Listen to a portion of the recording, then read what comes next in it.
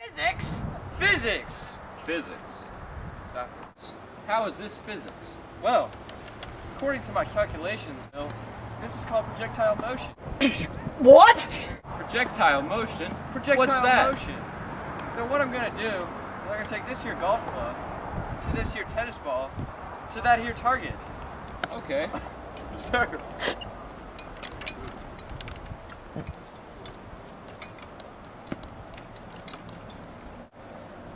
You see, physics can be a hole-in-one. A cannonball shot from a cannon. A stone thrown into the air. A ball rolls off the edge of a table. A spacecraft circling Earth. All of these are examples of projectiles. A projectile is any object that moves through air or space acted only by gravity, and air resistance, if any. Projectiles near the surface of Earth follow a curved path that at first seems rather complicated.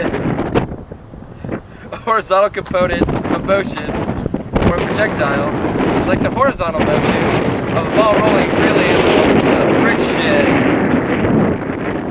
A vertical component of projectile's velocity is like the motion for a freely falling object. Gravity acts vertically downward, like a ball dropped in midair. A projectile accelerates downward, as shown on the right, as figure 5.8b. Right there. That dude dropping the ball. All right. I didn't see it. Sir, right here, sir. Oh. Sir. I apologize. I still didn't see it. Intelligence! Our first segment is about free fall. No. An apple falls from a tree. Does it accelerate while falling? We know it starts from a rest position and gains speed as it falls. We know this because it would be safe to catch it if it fell a meter or two, but not if it fell from a high-flying balloon. Thus, the apple must gain more speed during the time it drops from a great height than during the shorter time it takes to drop a meter. This gain in speed indicates that the apple does not accelerate. Keep going. Falling objects. Gravity causes.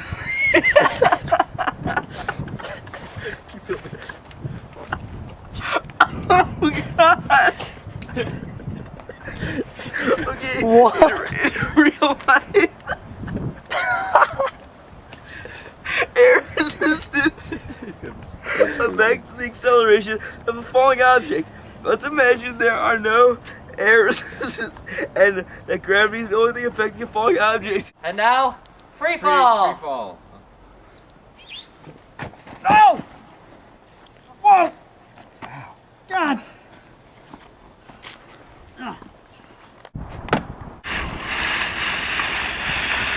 Gotta want it, kid! Gotta want it! Work for it! Work for it!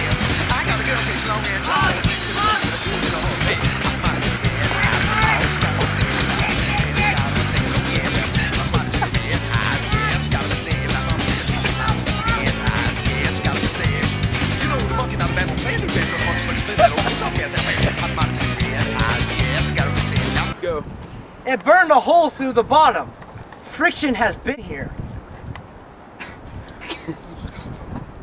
The force of friction between the surfaces depends on the kind of material in contact and how much the surfaces are pressed together. For example, rubber against concrete produces more friction than steel against steel. That's why the concrete road dividers have replaced steel rails. The friction produced by a tire rubbing against the concrete is more effective in slowing the car than the friction produced by a steel car body sliding against a steel rail.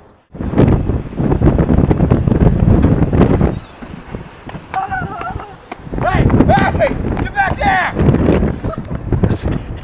The concrete divider is wider at the bottom to ensure that the tire of a side-swiping car will make contact with the divider before the steel body does. Friction is not restricted to solids. What the fuck are you doing? Everything moves. Even things that appear to be at rest move. They move with respect to the sun and stars. We describe this motion of an object with respect to another. We say that the object is moving relative to the other object. Really? Yeah! So as you can see, he's still moving as the car's moving. Oh, it looks like he's not moving. He is, because he's on top of the car. Get it?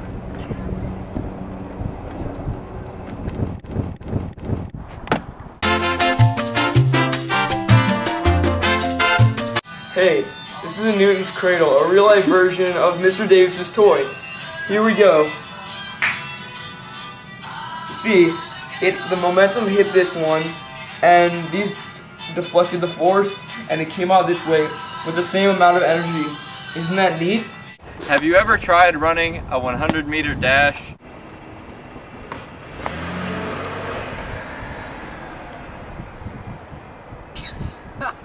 Did you even hit the car?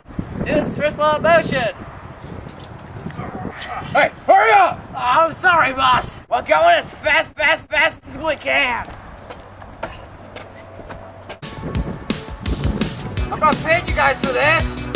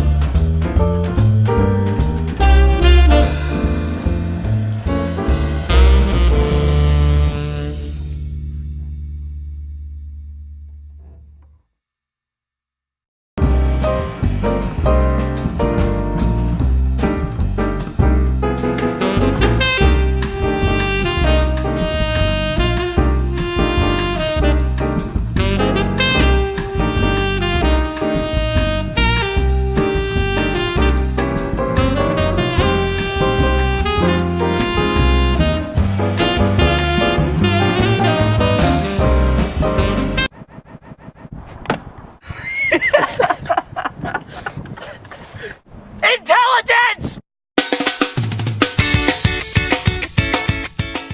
I'm Sir Isaac Dude, and I approve this video.